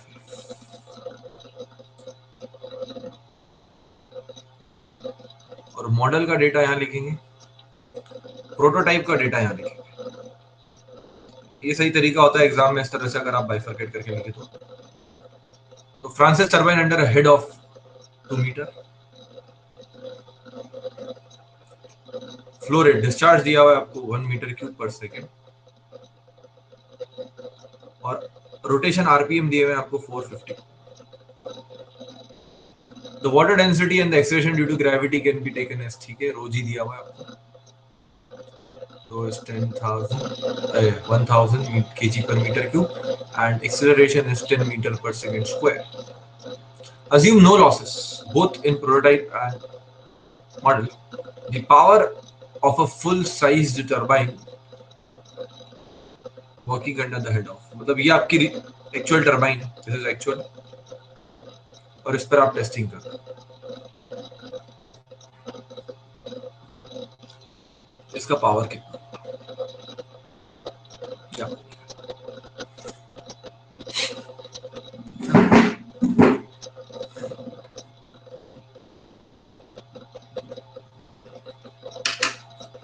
Answer आ जाना चाहिए था यार अभी तक तो आपको, कहाँ अटक गए।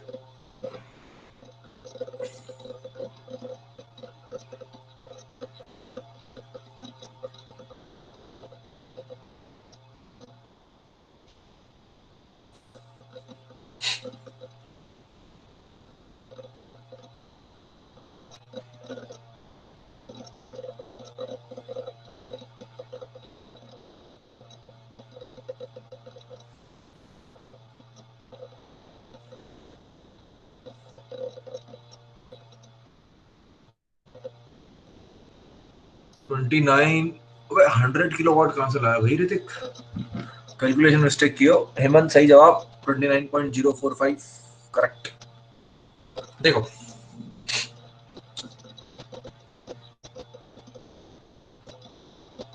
देखो बातें हो रही है पावर की, और हेड पता है आपको, तो पावर और हेड के बीच में देख लो कौन सा फॉर्मूला बैठता है। पावर है, और अच्छा डायमीटर भी दिया हुआ है, डायमीटर भी दिया हुआ है। तो एक काम करो, ये वाला रिलेशन तो यूज कर ही लो, और देखते हैं आगे क्या काम में आता है। पहले तो यहाँ पे पावर निकाल दो। पावर क्या होता है, एफिशिएंसी इनटू रो जी क्यू एच। इतना इनपुट है और इसमें आप एफिशिएंसी मल्टीप्लाई कर दोगे तो आउटपुट आ जाएगा, बट आपको कहा गया है कि लॉसेस को नेग्लेक्ट करो।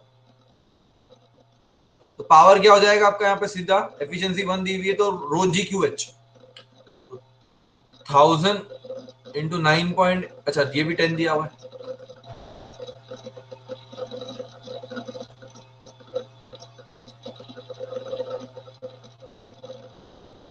इंटू डिस्चार्ज 1 इंटू हेड 2, तो ये हो जाएगा आपका 2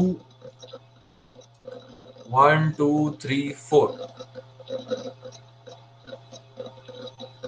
वाट। अब एक काम करते हैं, पावर ऑफ मतलब P बाय रो n स्क्वायर डी की पावर 5, मॉडल और प्रोटोटाइप कंपेयर करते हैं।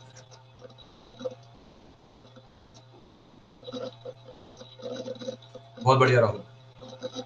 अब जब इसे कंपेयर करोगे तो डेंसिटी दोनों में सेम है, पावर ऑफ प्रोटोटाइप आपको निकालना है, तो हम यहाँ लिखते हैं power of prototype equal to power of model, जो हमें पता है N of prototype upon N of model, ये हमें नहीं पता है। Diameter of prototype upon diameter of model, ये रेशियो हमें पता है।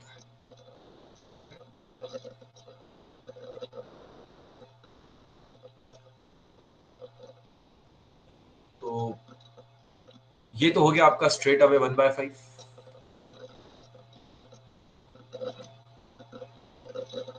सॉरी 5 हो गया, ये तो 5 स्क्वायर हो जाएगा। मॉडल अपॉन प्रोटोटाइप क्या करना है इसका, एन एन का, ये आपको पता है, this is like 2 into 10 to the power 4 what.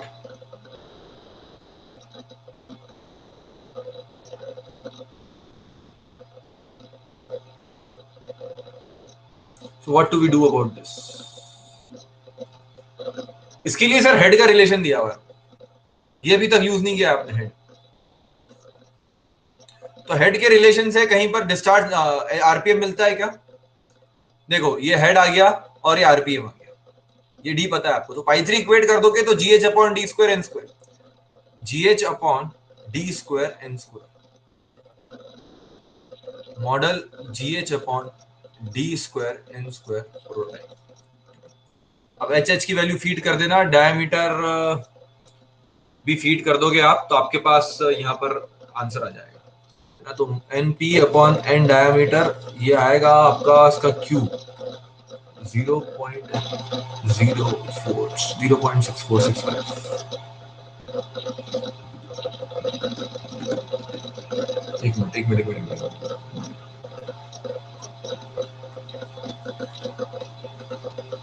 ये आएगा आपका 0.7।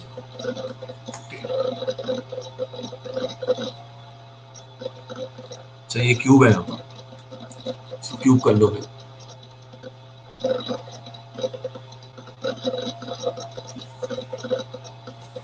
मैंने आपको क्यूब ही लिखवाया ना बस, तो फिर इसका क्यूब सब्स्टिट्यूट कर दूंगा वहां पर, क्यूब 0.465 आएगा, यहाँ सब्स्टिट्यूट कर दो इस वैल्यू को, आपका पावर ऑफ प्रोटोटाइप आ जाएगा 29.05 मेगा। तो ये गेट के में क्वेश्चन पूछते हैं, हाँ? इस तरह क्वेश्चन आपसे पूछ सकते हैं।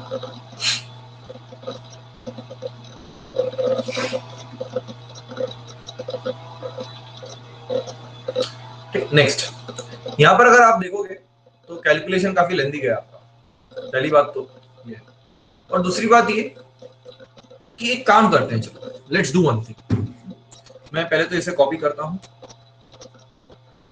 और फिर एक काम करते हैं, let's do one very important work over here, कि मैं इन तीनों को मिलाकर एक पाई टर्म बनाना चाहता हूं। लेट्स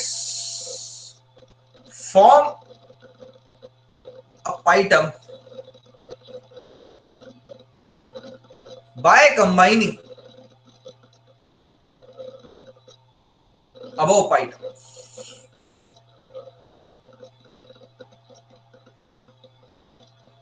बट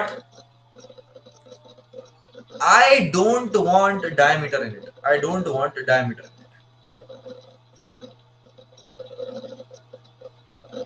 क्यों नहीं चाहिए मुझे डायमीटर, ये मैं आपको थोड़ी देर बाद बताऊंगा। तो अब आप सिंपली क्या कर सकते हो, इन तीन, देखो मैं इसमें जाकर आपका समय बर्बाद नहीं करूंगा, ठीक है, जरूरत नहीं है, आप लोग इंटेलिजेंट बच्चे हो। इन तीनों में से डायमीटर निकाल कर मैं एक टर्म कंबाइन करके लिख रहा हूँ, ठीक है। वो टर्म आएगी आपकी, after calculation pi equal to N root P upon root rho GH की पावर 5/4, ठीक है। ये dimensionless, it is a combination of pi term, इसलिए इसे डायमेंशनलेस, डायमेंशनलेस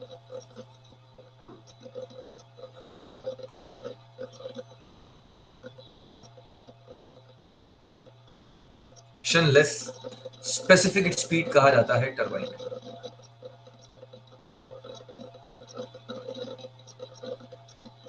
ठीक है। अब यूजुअली रो और जी ऐसे दो टर्म्स हैं जो हाइड्रोलिक मशीन्स के लिए कांस्टेंट रहते हैं, तो इसे इन्वॉल्व करने में कोई मतलब नहीं, कैलकुलेशन बढ़ेगा। तो मैं एक और यहाँ पर टर्म इंट्रोड्यूस करता हूँ, ठीक है, इसे हम कहेंगे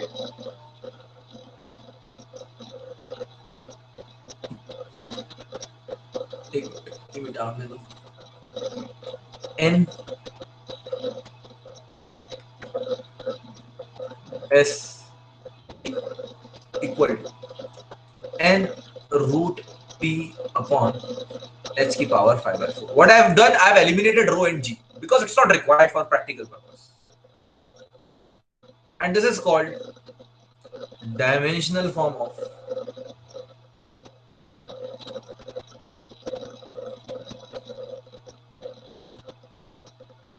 specific speed of turbine.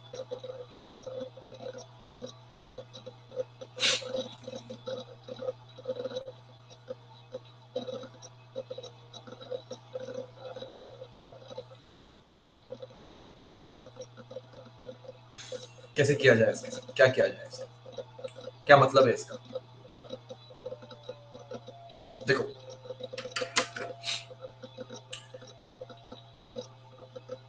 एक मिनट दो यार, मेरे को ना कुछ ग्राफ्स लेकर आने पड़ेंगे, वो मैं ग्राफ पेस्ट करता हूँ यहाँ पर तो ज्यादा अच्छे से समझ रहा हूँ।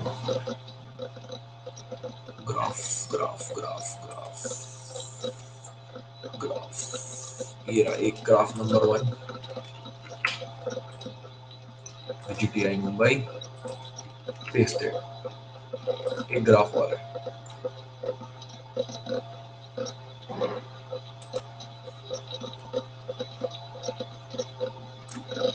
ठीक है, तो ये हो गया आपका जीटीआई मुंबई।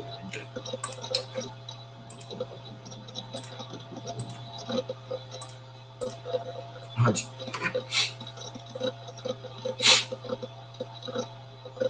देखिए अब क्या है, इसे भूल जाओ, इस पे ज्यादा समझना मेरी बात को ध्यान से, कि कोई भी मशीन जो ऑपरेट करती है उसका एक आरपीएम, पावर और हेड, कोई भी एक पर्टिकुलर मशीन ले लीजिए, मान लीजिए आप तो टरबाइन के पास गए और आपने आरपीएम पूछा ऑपरेटर से, आपने पूछा कितना पावर प्रोड्यूस कर रही है और आपने पूछा किस हेड पे ऑपरेट हो रही है, तीन चीजें पूछी बस रैंडमली जाकर, ठीक है सर पूछ ली, बढ़िया करा, आपने उसकी स्पेसिफिक स्पीड कैलकुलेट करी।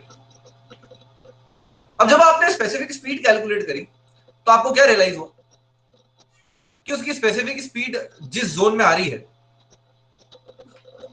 लेट्स से ये एक रैंडम नंबर्स है यहाँ पे 0 to 1, ये स्पेसिफिक स्पीड का है, तो 0.5 I for example, this is let's say 0.5, तो आपने क्या कहा, अब अगर आप 0.5 पे ऑपरेट कर रहे हो स्पेसिफिक स्पीड पे, और अगर आपने वहां पर कैप्लान लगा रखी है, एक्सेल फ्लो टर्बाइन लगा रखी है, तो फिर तो ये बेवकूफी ना यार। या फिर ऐसा देखो कि अगर आपने फॉर एग्जाम्पल आपकी specific speed I 1.5,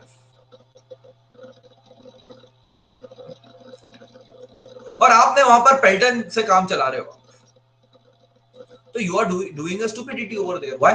because in parameters के लिए जो बेस्ट एफिशिएंसी मिलेगी आपको वो पेल्टन से मिलेगी, ना कि वो फ्रांसिस से मिलेगी, ना कि पेल्टन से मिलेगी।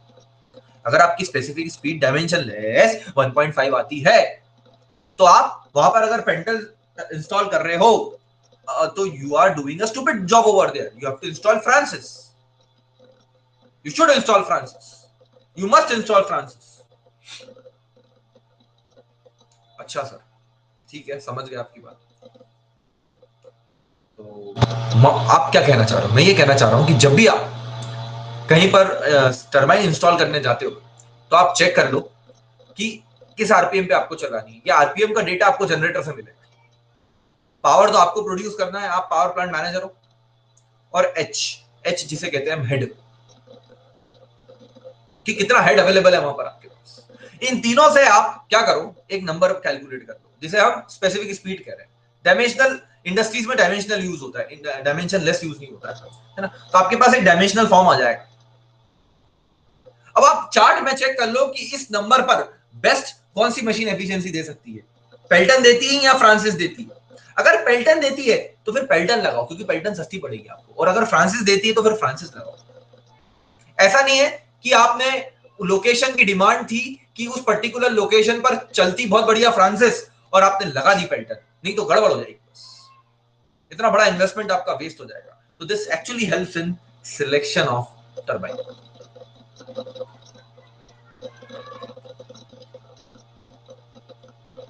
अब बात ये आती है इसको स्पेसिफिक स्पीड क्यों कहा गया। तो पहली बात तो ये आपको बता दूं कि एक तरह से अगर आप देखेंगे तो इसकी डायमेंशन स्पीड की नहीं है। Dimensions are not that of speed. This is point number 1। फिर क्यों बोला?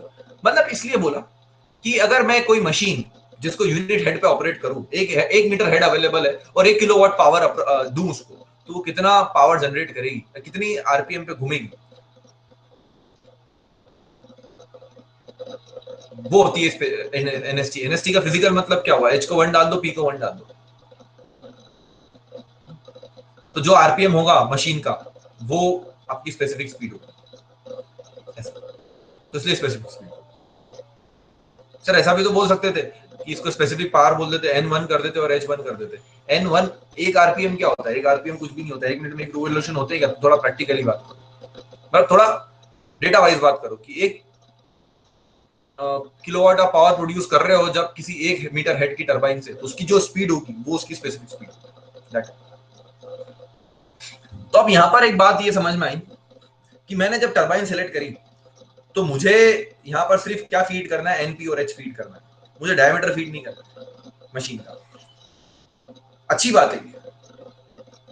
तो ये जो फॉर्मूला है it is independent of diameter of machine. मतलब इसको सिर्फ ये चाहिए कि भाई आप पेल्टन लगाओ, कैप्लन लगाओ या फ्रांसिस लगाओ।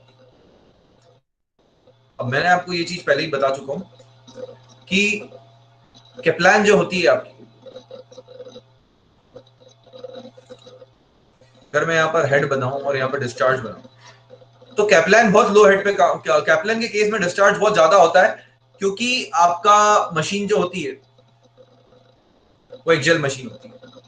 इसलिए आप जहां पर लो हेड है वहां पर कैप्लन इंस्टॉल करो। और पेल्टॉन के केस में डिस्चार्ज बहुत कम होता है क्योंकि आप जेट्स यूज करते हो, तो इसलिए पेल्टॉन का यहाँ यूज करो। क्यों? क्योंकि अगर आपका डिस्चार्ज ज्यादा है ऑलरेडी तो आप हेड कम पे काम कर सकते हो। तो उन लोकेशन जहां पर हेड कम है, ये तो ज्योग्राफी के ऊपर डिपेंड करता है ना, कहीं कहीं जगह हेड कम हो सकता है। बीच में आती है आपकी। तो अगर आप स्पेसिफिक स्पीड के पॉइंट ऑफ व्यू से देखो तो एन रूट पी एच की power 5/4, N root P H की पावर 5/4। तो पेल्टन का एच कम होता है, राइट? एच ज्यादा होता है, तो पेल्टन की स्पेसिफिक स्पीड सबसे ज्यादा होती है। NST of Pelton is more than NST of Francis is more than NST of Kaplan. मतलब कैप्लन की स्पेसिफिक स्पीड सबसे कम, याद रखिए, क्योंकि वो सबसे कम हेड पर ऑपरेट होती है। जस्ट फॉर योर इन्फॉर्मेशन बता रहा हूँ, जैसी पिक्चर आपने टरबाइन के लिए देखी वैसी ही मूवी एक आप पंप के लिए भी देख सकते हो। पंप आपके सिलेबस में नहीं है, ठीक है, गेट के सिलेबस में, बट पंप की डायमेंशनल स्पेसिफिक स्पीड होती है n√q अपॉन h की पावर 5/4, h की power 3/4, sorry, this is dimensional specific speed of pump.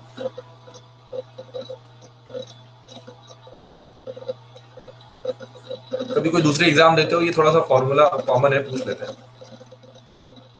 या मॉडल एंड टेस्टिंग का क्वेश्चन कभी आ जाए पंप के लिए, तो दिस वुड हेल्प।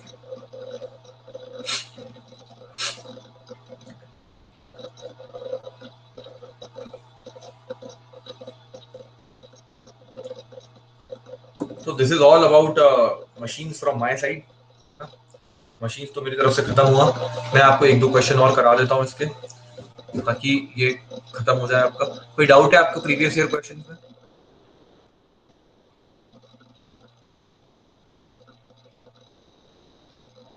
सर अभी अगर क्वेश्चन में he is mentioning the specific speed and usually तो यूनिट देते नहीं है सर, तो हमें यही वाला फॉर्मूला यूज करना है ना? हाँ हाँ, यूनिट ये वाला बिल्कुल ये वाला। ठीक है सर।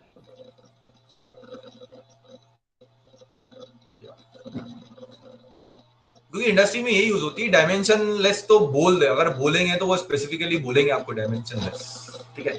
अगर कुछ नहीं कहते हैं तो वो डायमेंशनल फॉर्म ही आएगा आपका, ठीक है। वैसे अभी तक गेट में सच कोई, देखो क्या होता है ना, मैं तुमको बताता हूँ ये आपको कैसे मदद करेगी। चलो अच्छा पॉइंट रेज कर दिया आपने, तो वही सोचा था यार एक पॉइंट और बताना है, क्या बताना है। आप इसको देखो, ये भी पाई टर्म से बना है, तो आप इसकी भी तो पाई टर्म्स इक्वेट कर सकते हो कि नहीं कर सकते हो, मैं एक बात बताता हूँ मॉडल एंड टेस्टिंग के लिए। तो याद रखिएगा, टेस्टिंग जब करो तो यहां पर आप बिल्कुल लिख सकते हो आंख बंद करके कि specific speed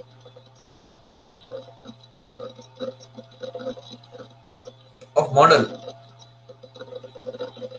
is equals to specific speed of turbine.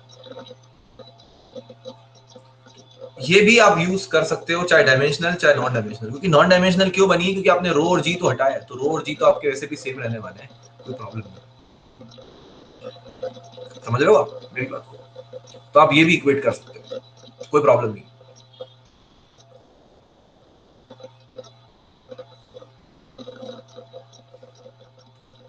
चलिए, अब मैं आपको एक क्वेश्चन देता हूं मॉडल एंड टेस्टिंग का ही, एक मिनट देना मुझे।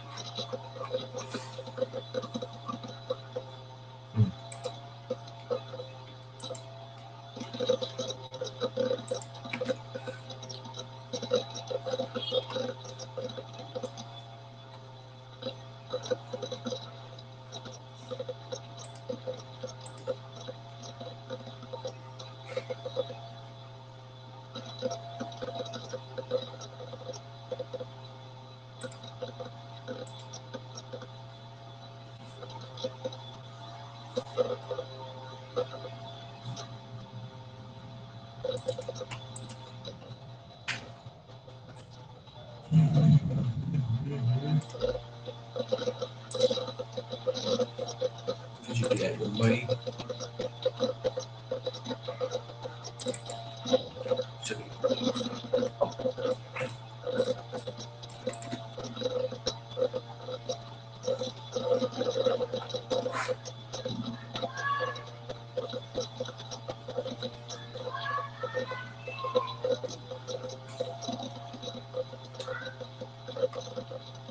ये लीजिए, ये रहा आपका प्रेजेंट नाम,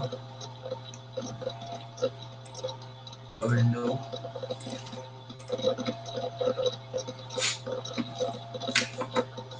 और आप लोग चाहो तो मेडिजी की टेस्ट सीरीज लगा सकते हो भाई, है ना, प्रैक्टिस करने के लिए। मेडिजी का सबसे बड़ा फायदा ये है कि आप सब वहां पर सबसे ज्यादा स्टूडेंट्स अपीयर होते हैं, तो आप अपनी स्टेटस अपनी स्थिति को कंपेयर कर सकते हो।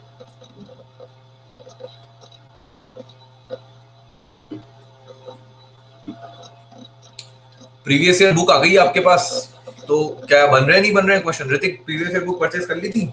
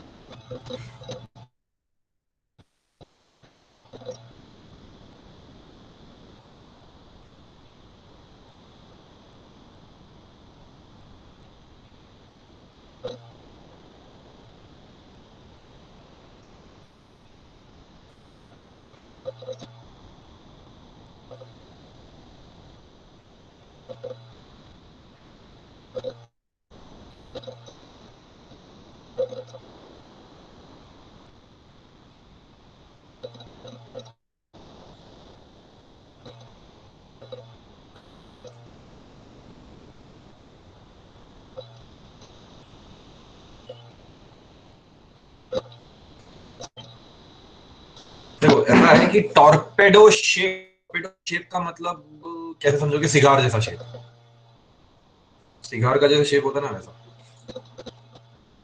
इसका डायमीटर है 900 mm। इसको आपको एयर में मूव कराना है।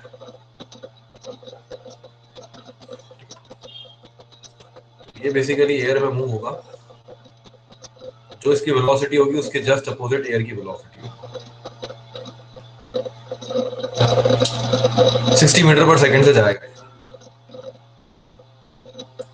तो एयर रेस्ट पर है, एयर की कोई वेलोसिटी नहीं दी गई, ऐसा समझो। इस पे आपको ड्रैग निकालना है, और आप इसको टेस्ट करोगे हाफ स्केल मॉडल पर। मतलब डायमीटर, ये तो आपका प्रोटोटाइप है, मतलब जो मॉडल आप बनाने जा रहे हो, diameter of model upon diameter of prototype is nothing but 900, oh sorry, 1/5, 1/2, 1/5। तो ऑफ कोर्स प्रोटोटाइप का मॉडल का जो डायमीटर आएगा वो आएगा आपका 450 है। आपको यहाँ पर स्पीड निकालनी है, लेट से ये वेलोसिटी ऑफ प्रोटोटाइप है, आपको वेलोसिटी ऑफ मॉडल निकालनी है, और आपको ड्रैग निकालना है फुल स्केल पर, मतलब आपको ड्रैग ऑन प्रोटोटाइप निकालनी है। अगर ड्रैग ऑन मॉडल दिया हुआ है आपको 1140, और फ्लूइड प्रॉपर्टीज मैंने आपको नीचे दे रखी, इसकी जरूरत नहीं है, एयर और वाटर।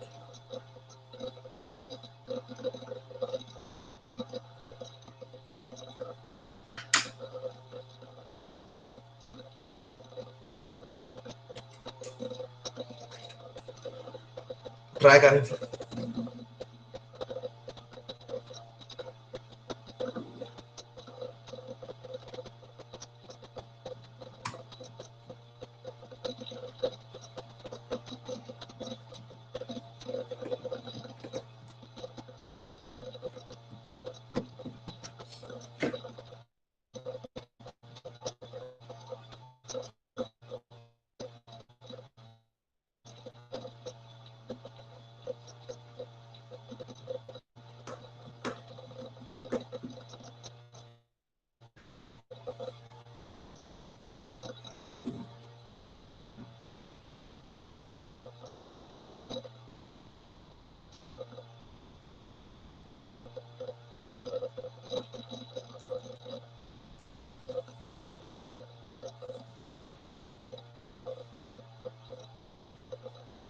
ड्रैग फोर्स की बात हो रही है विस्कस फोर्सेस की। विस्कस फोर्सेस में कौन सा नंबर इंपॉर्टेंट होता है देखिए जरा।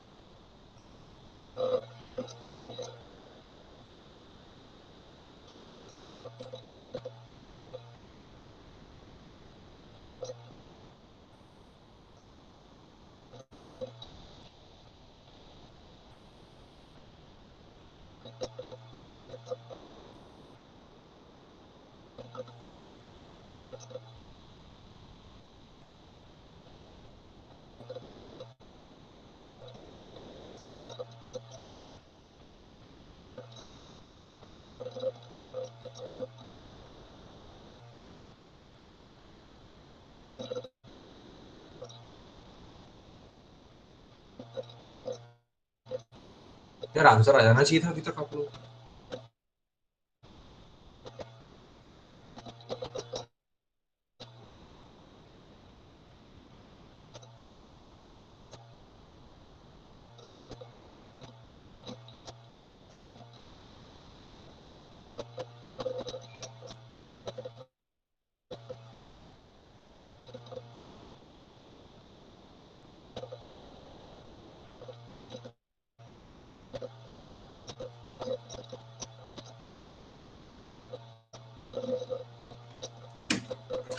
समझ गए। रेनॉल्ड्स नंबर इक्वेट कर दो। Reynolds number of model equal to Reynold number of prototype. तो rho V D upon mu model equal to row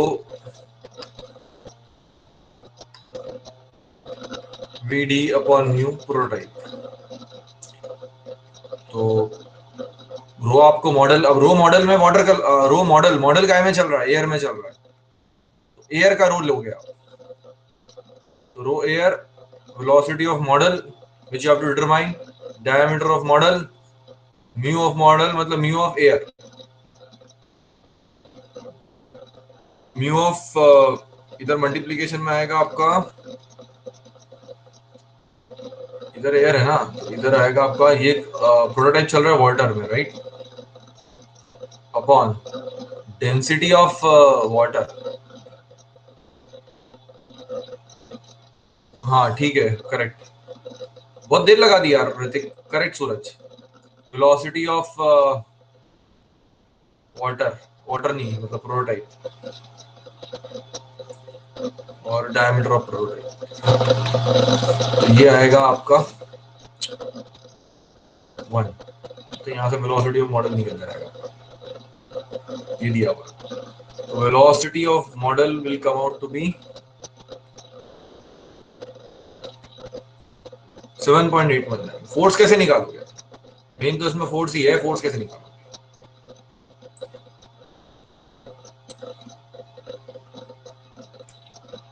drag force निकालना है आपको।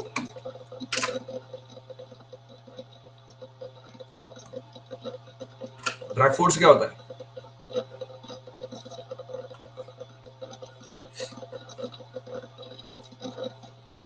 Yes, correct. CD half rho A projection U infinity square.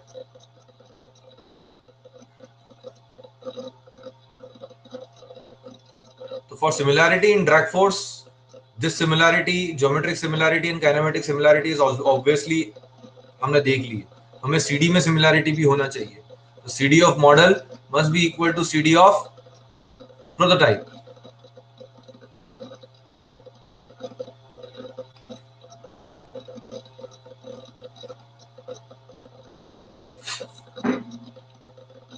मतलब drag force upon rho square V square D square model is equals to drag force upon rho V square D square.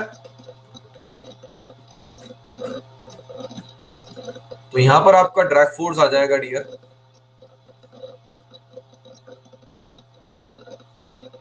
322.2 Newton.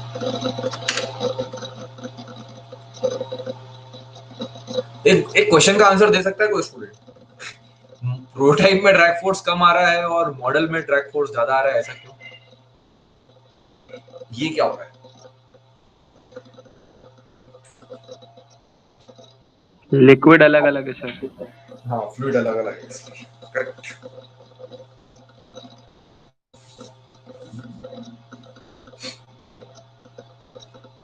ठीक है, तो ये तो रही ये बात।